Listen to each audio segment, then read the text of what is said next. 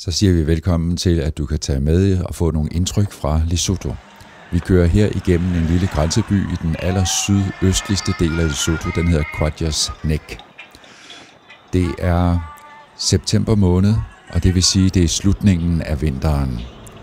Qwadjas Nek ligger i 1800 meters højde, men dalen, hvor vi skal være, ligger i 2200 meters højde. Landskabet er utroligt tørt, men i løbet af godt og vel en time når vi frem til bestemmelsesstedet. Den lade, vi kan se hernede i dalen, fik vi sidste gang lov til at bruge til at holde møderne i.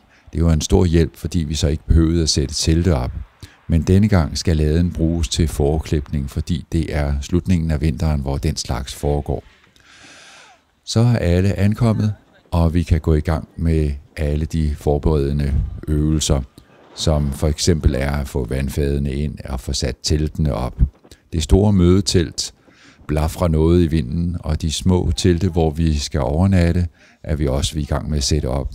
Nattemperaturerne er på denne årstid under 0 grader, så det er med at være godt klædt på for at møde udfordringerne.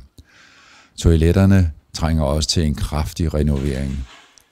Men al reparationsarbejdet bliver hurtigt klaret, så vi kan være klar til at vente på, at fårene ankommer.